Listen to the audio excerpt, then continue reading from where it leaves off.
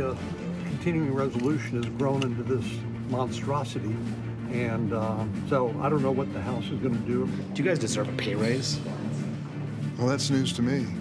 It's good news. You know, what has it been, 10 years or 14 years and no COLA, no change at all? I think it's about time. The price level went up because of the past inflation, and it's going to take some time for real wages to recover. Hello, I'm Ed O'Keefe in Washington. Welcome to America Decides on what's become a busy Wednesday afternoon. You know, 'twas the week before Christmas, and all through the House and the Senate, they've made a list and are checking it twice. A bill to ensure the government stays open until mid-March or puts it on ice.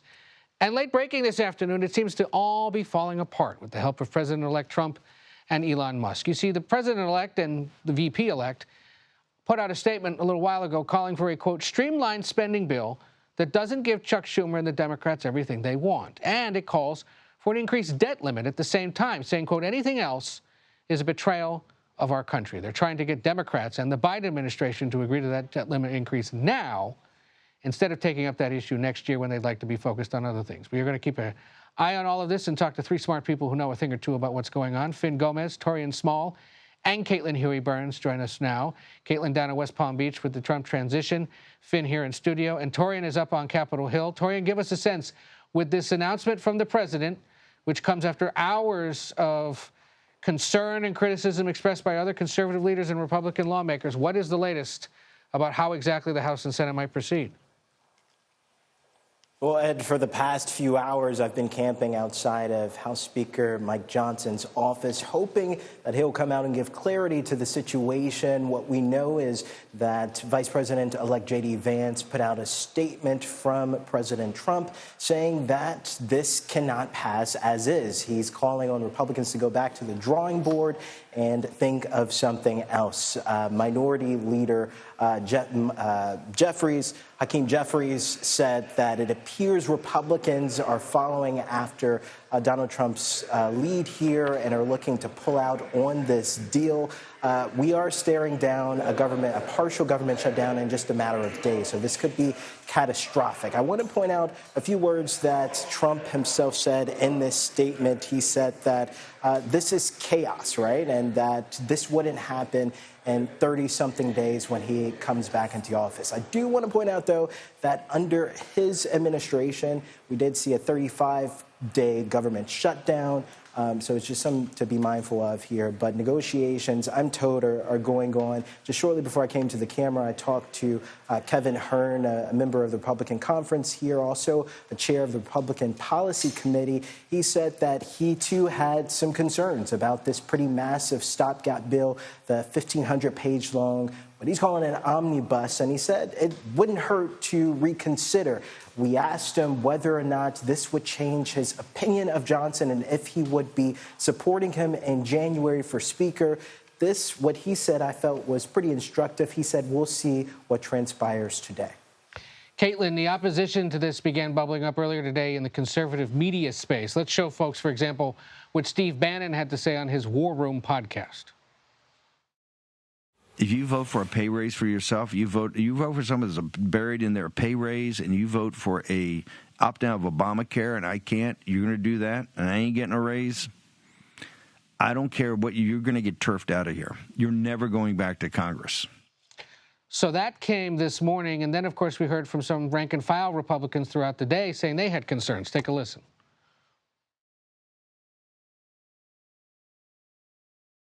It's a total dumpster fire. I think it's garbage.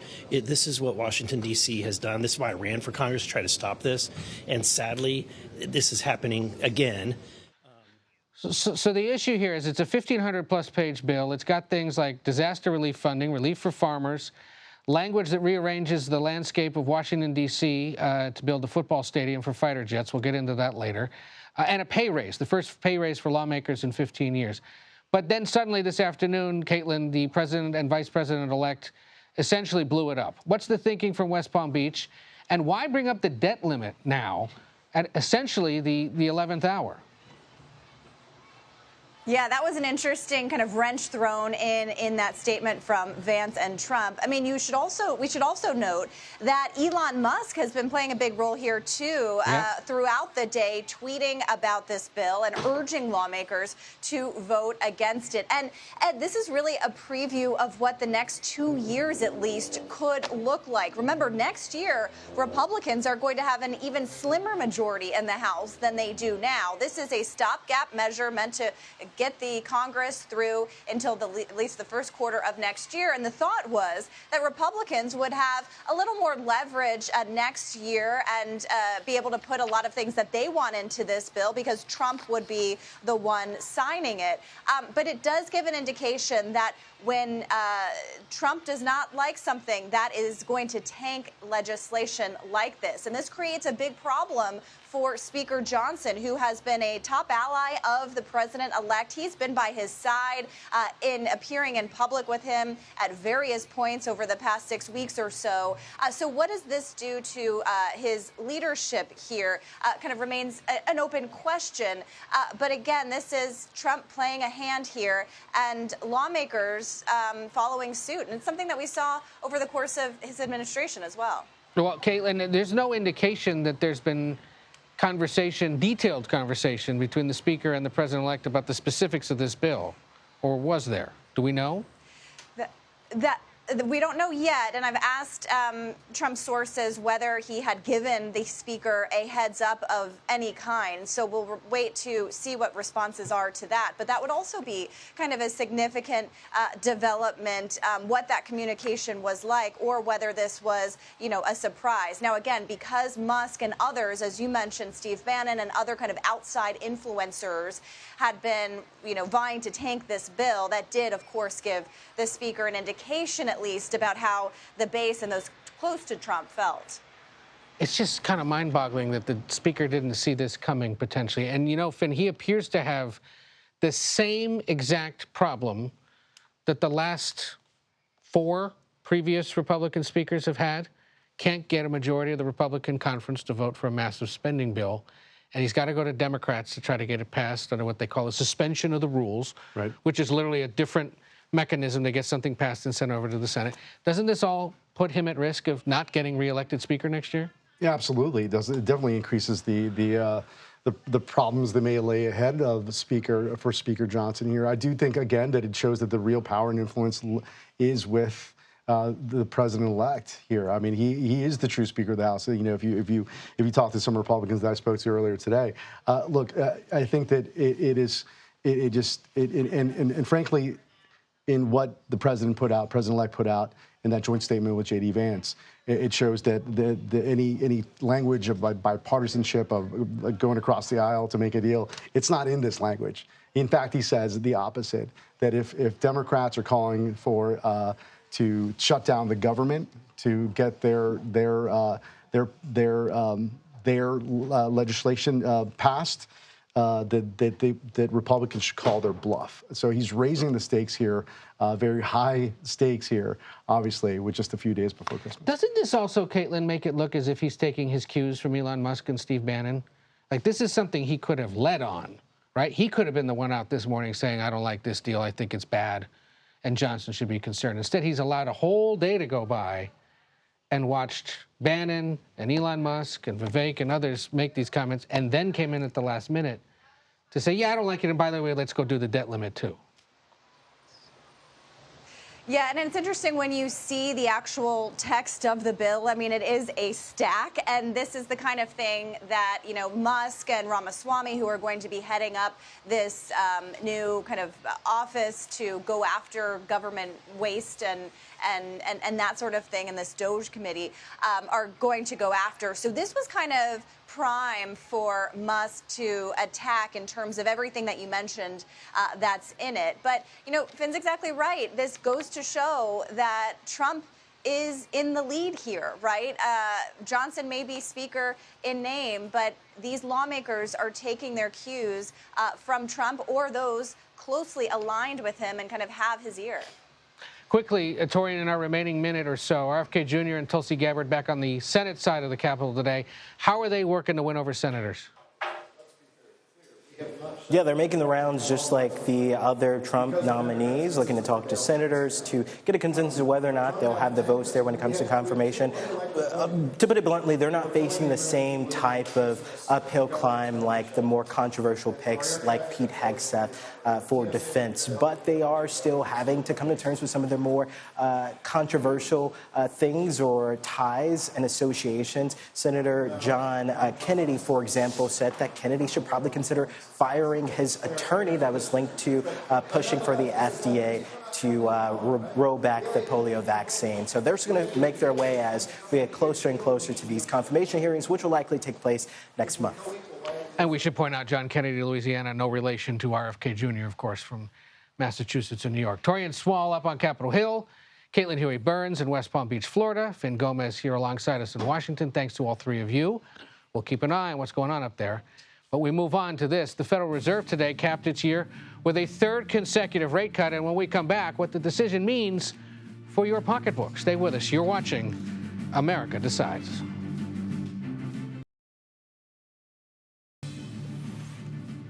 The Federal Reserve cut interest rates for the third consecutive month. The central bank slashed rates by 1/4 point. It's the Fed's final decision on interest rates ahead of the inauguration next month. The president-elect, Donald Trump, has been a longtime critic of Federal Reserve Chairman Jerome Powell. CBS News Money Watch correspondent Kelly O'Grady joins us now. Kelly, great to see you here in Washington. It's good to be here. Welcome to Fed Day here in our nation's capital. My favorite day. Well, I would hope so, because you're on the beat. A lot of eyes, obviously, on the effect that this could have on inflation. So given that they've done this now third consecutive month in a row, what kind of changes could Americans anticipate?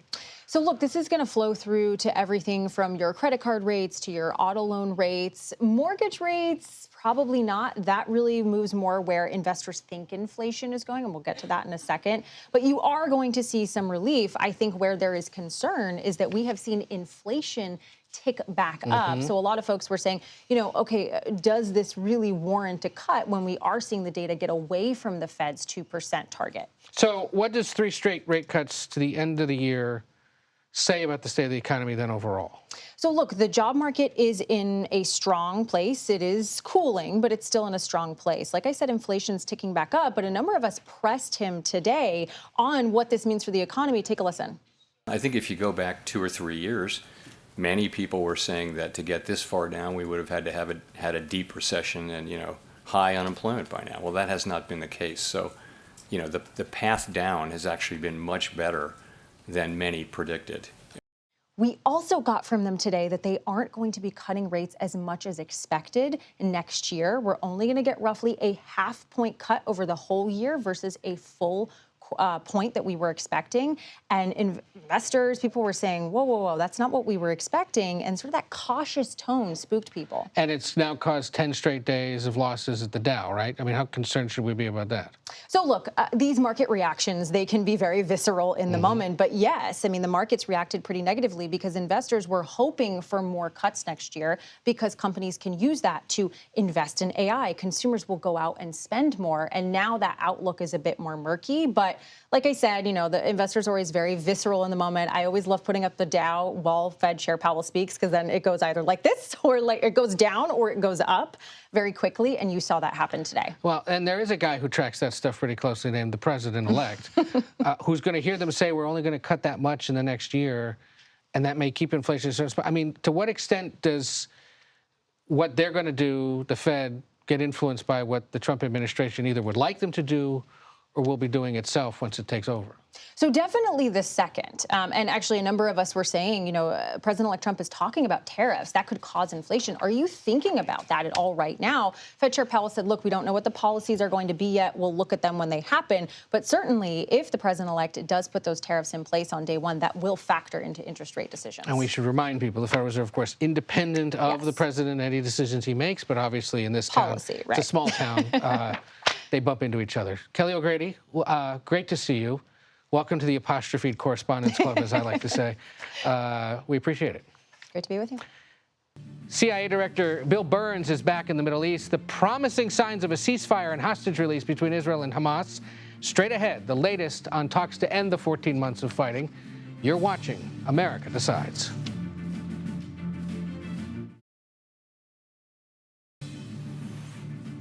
President-elect Trump says he will remove millions of immigrants living unlawfully in the U.S. through mass deportation once he takes office next month.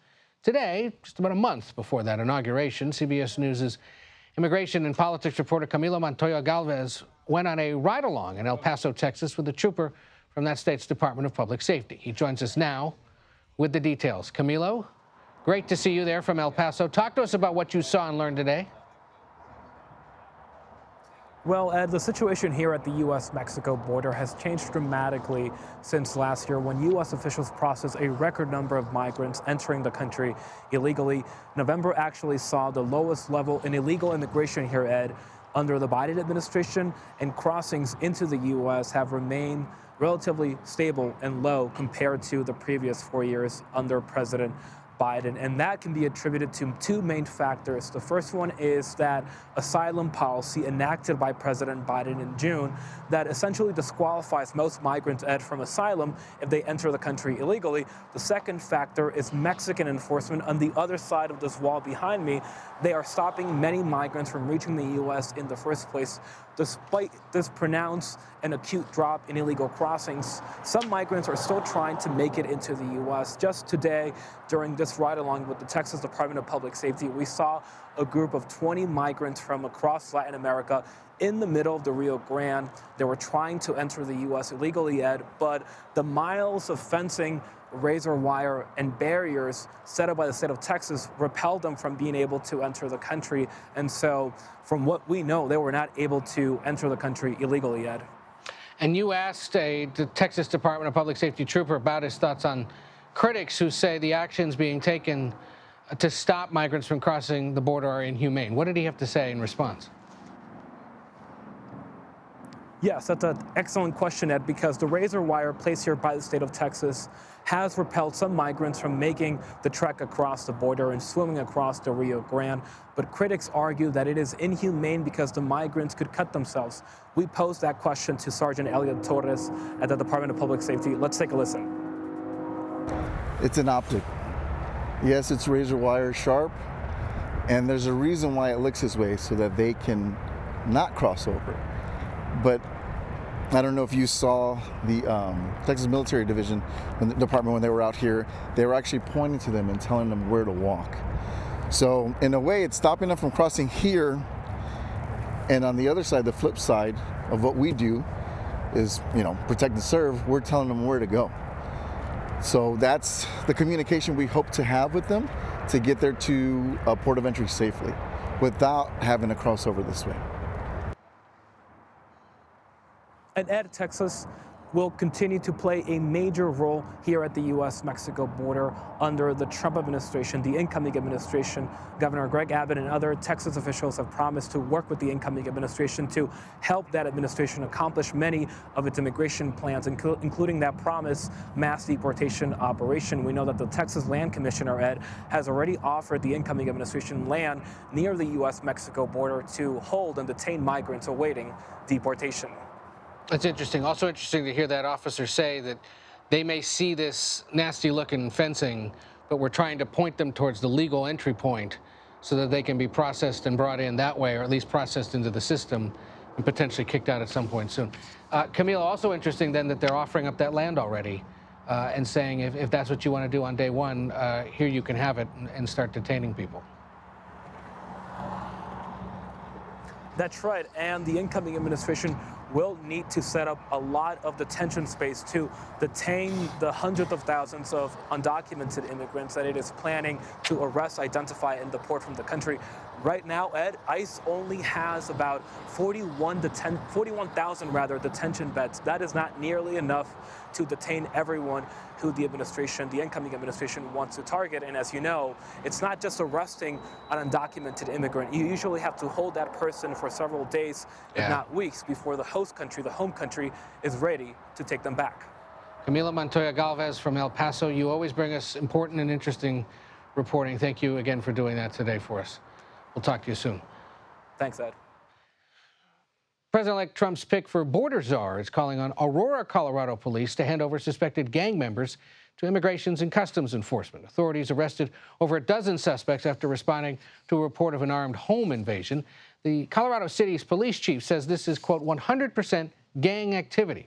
It happened at the same apartment complex where a viral video surfaced earlier this year showing suspects pointing weapons at residents. President-elect Trump responded at that time falsely that migrant gangs had taken over Aurora, Colorado. That did not happen. There are new signs Israel and Hamas are closing in on a ceasefire deal following more than a year of warfare. CBS News foreign correspondent Chris Livesay has details.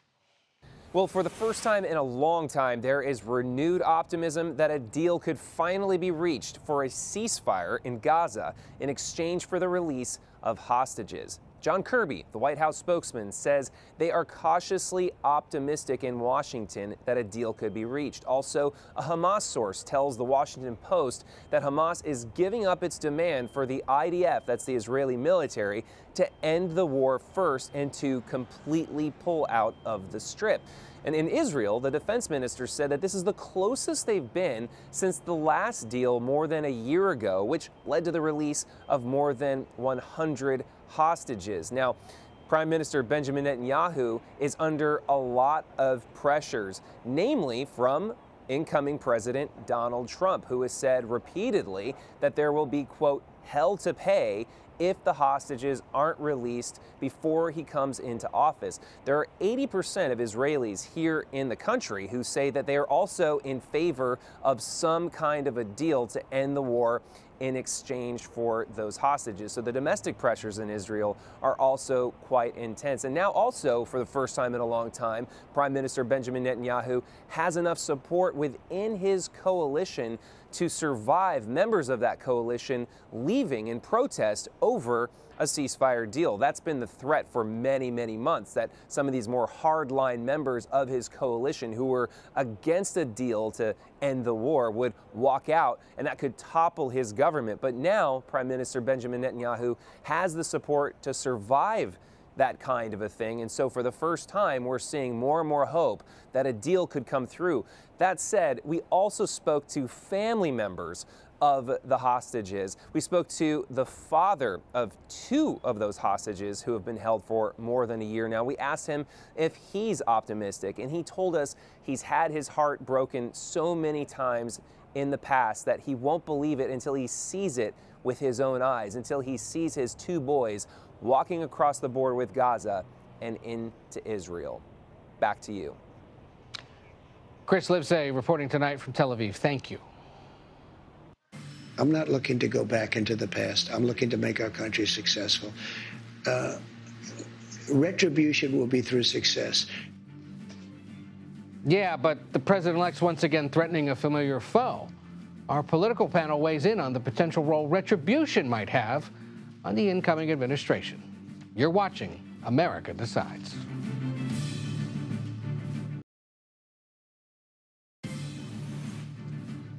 We are following breaking news. Members of the House of Representatives have been told there will be no more votes on Capitol Hill tonight. That means lawmakers will not vote, at least not tonight, on that short-term spending plan, that 1,500-page short-term spending plan to avoid a government shutdown with a midnight deadline looming. The move follows President-elect Trump's opposition to House Speaker Mike Johnson's plan. We'll keep an eye on the Hill, as we always do, and bring you the latest if and when there are updates. But let's bring in our reporters who are here to help us make sense of what's going on. Dave Weigel and Julie Grace Brufke. Dave, of course, a politics reporter for Semaphore. If you like your news in yellow, you should read it. And Julie is a senior political reporter now with the Daily Beast. That's as of today, right? That it is. Excellent. Well, congratulations on that. Great to have you both here with us. Julie Grace, let me start with you. Several Republican lawmakers defiant in their opposition to this plan, and specifically the Speaker for putting it all together.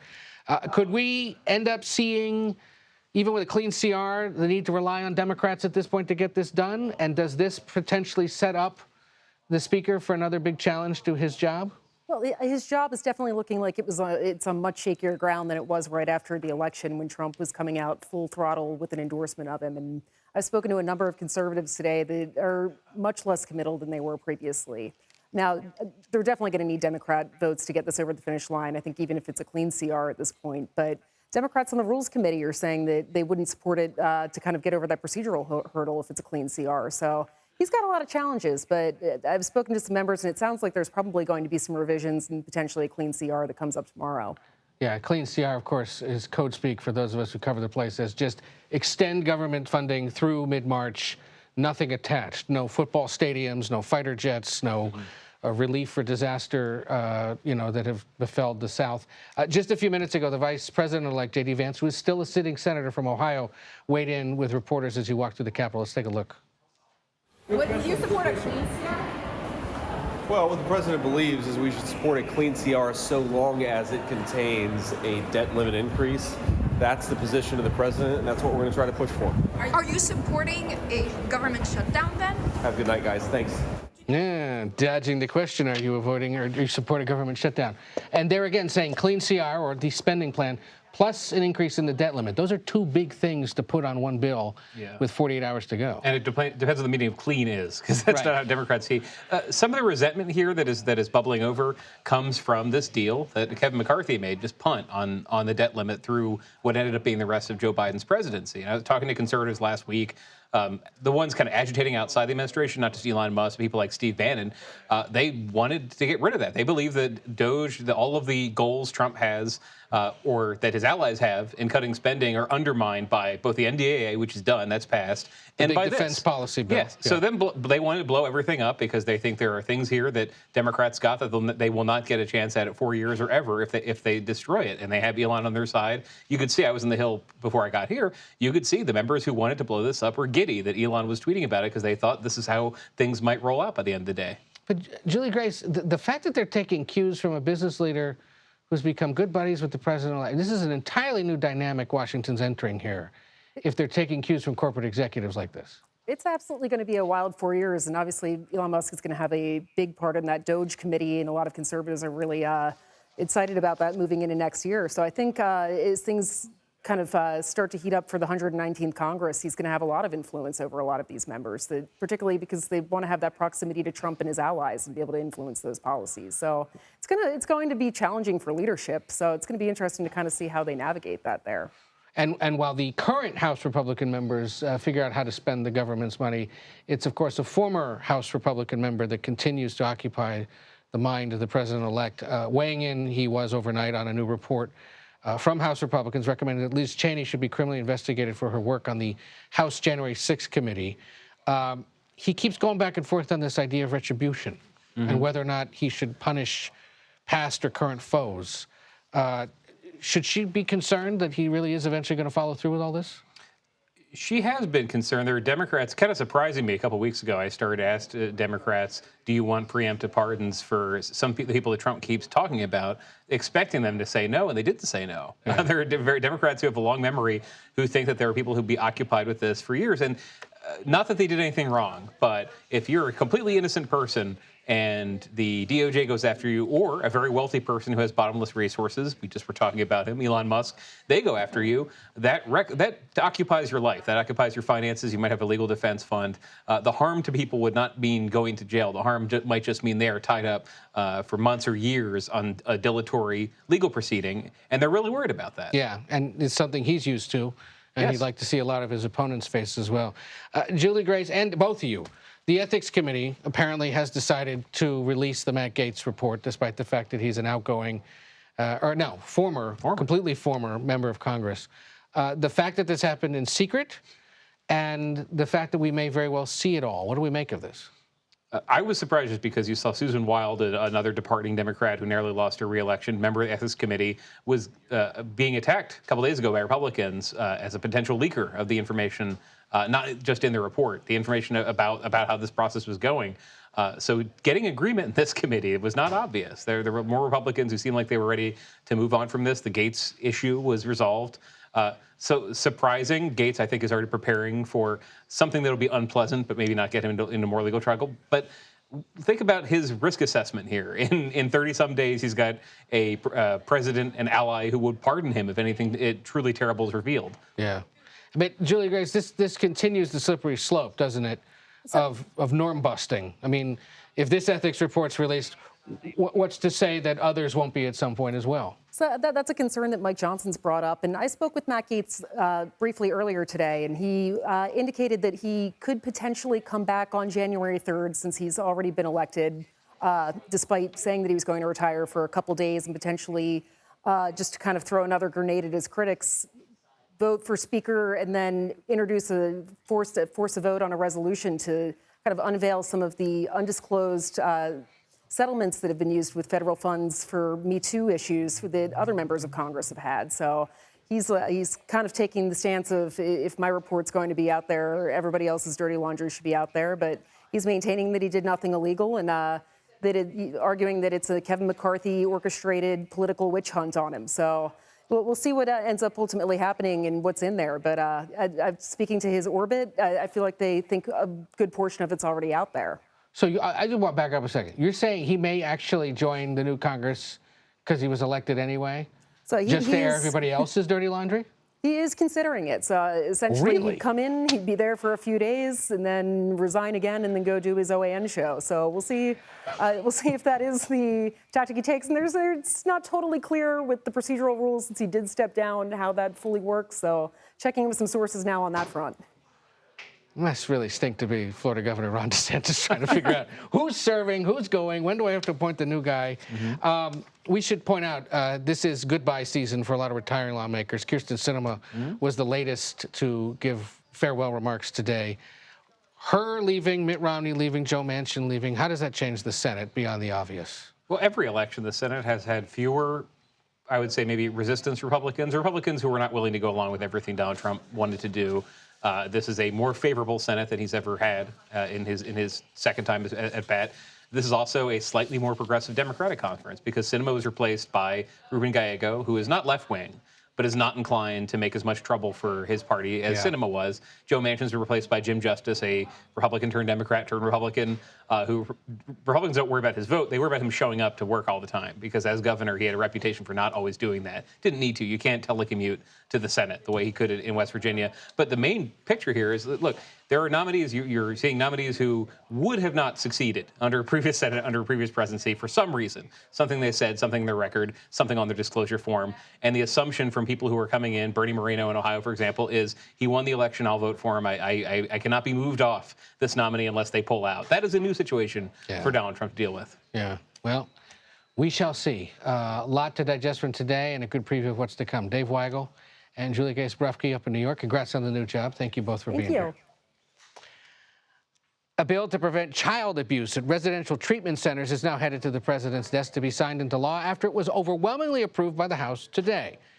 And none other than Paris Hilton has been pushing for passage of the legislation for the past 3 years because she claims she was abused as a teenager while attending a boarding school in Utah. Hilton shared her reaction to the passage while appearing on Capitol Hill today. I just know that the teenage me would be so proud of the woman that I am today, turning my pain into purpose and being a voice for so many people who don't have a voice.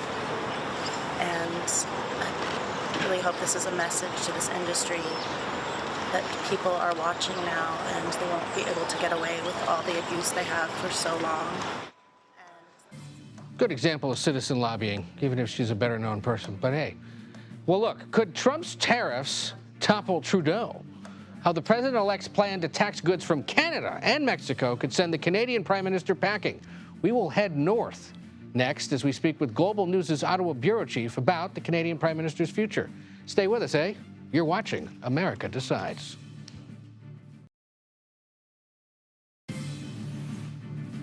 Welcome back to America Decides. President-elect Donald Trump's proposed tariffs on Canada haven't even gone into effect. They may never, but he's threatening them. And it's already plunged Prime Minister Justin Trudeau's government into turmoil.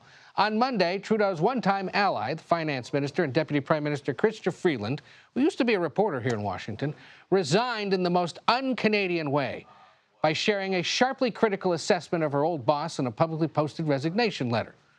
It all comes after Trudeau flew down to Mar-a-Lago to talk trade, and Trump trolled the prime minister by calling Canada the 51st state. We're subsidizing Canada, we're subsidizing Mexico, and that can't go on. And I get along with the people of Mexico and Canada very well, but we can't let that happen. Mercedes Stephenson is the Ottawa bureau chief for Canada's Global News and the host of the West Block political show.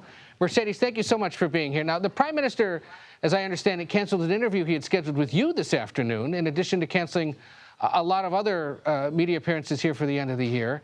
What does that potentially signal about his standing right now?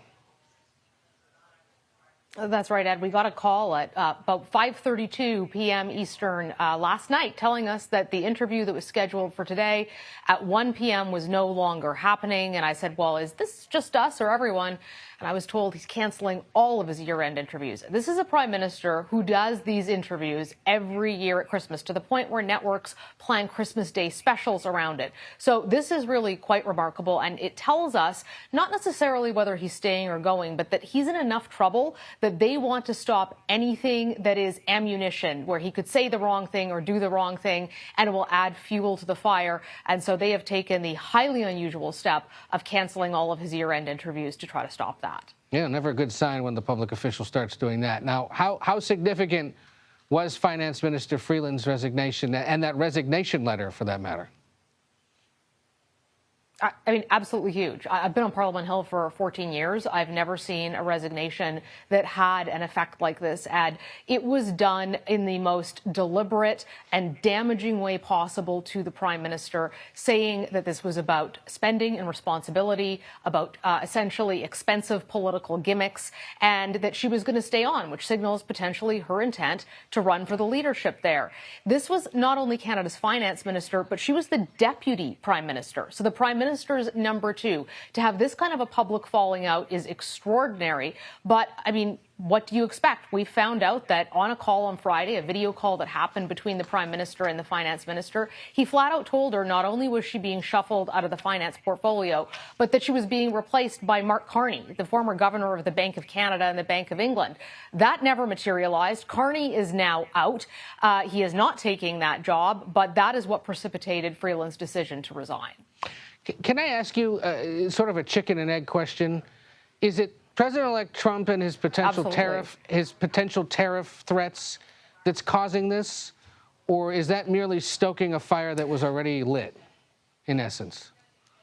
It's sort of ancillary to it, because this was actually an opportunity for Justin Trudeau to get a bump in the polls, because a lot of Canadians perceive Donald Trump as being difficult to predict, and therefore when things go wrong, it gets sort of assigned to the, oh, well, it's Donald Trump category, rather than why isn't our Prime Minister handling it correctly. So a lot of Liberals were anticipating that Trudeau could benefit from this, and that has not been the case. Instead, Donald Trump has belittled Justin Trudeau at a time when he is highly unpopular with Canadians. And this has been the case for about a year for Justin Trudeau. And I think sometimes people outside Canada don't realize his popularity here has been slipping and stuck in very low numbers. He's made a lot of unpopular policy decisions, and that's why there's sort of this is, you know, the question on is this the nail in his coffin? But it won't be the Donald Trump factor. It will be, in fact, the domestic political factor.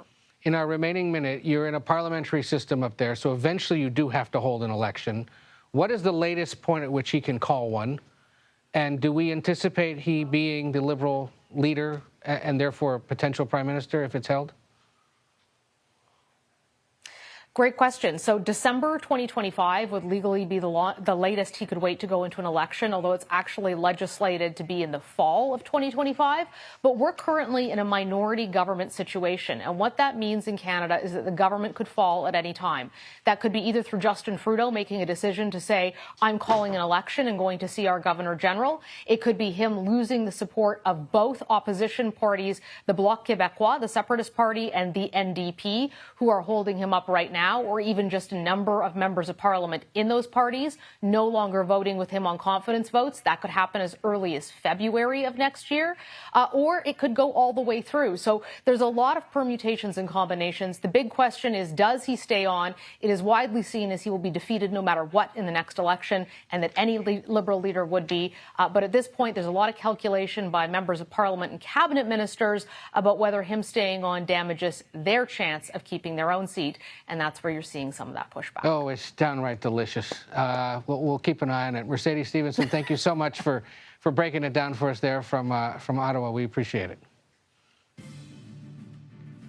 Does a ban on TikTok violate the First Amendment? Well, the Supreme Court plans to weigh in on that question sometime next year. Next, what arguments we expect the justices will hear from both sides. Stay with us. You're watching America Decides.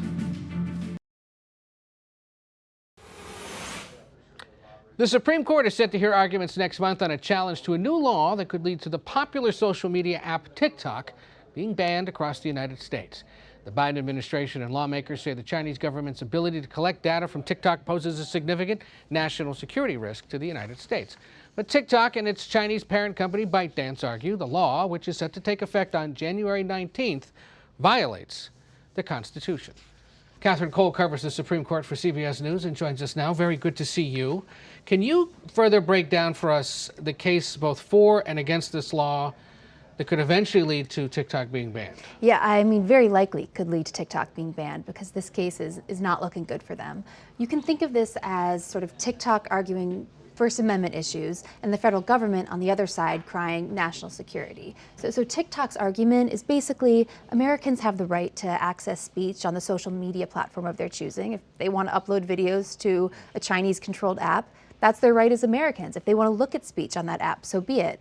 But on the other side, there are real national security concerns that animated Congress's very intentional choice to pass this law last April, which is that the owners of this company, which do have ties to the CCP, they have access to the data of 170 million American users, and they have the ability to have editorial control over the content that's uploaded there. So it's going to come down to First Amendment versus national security. And we should point out, the law states that TikTok wouldn't be banned were it to be sold to a non-Chinese entity.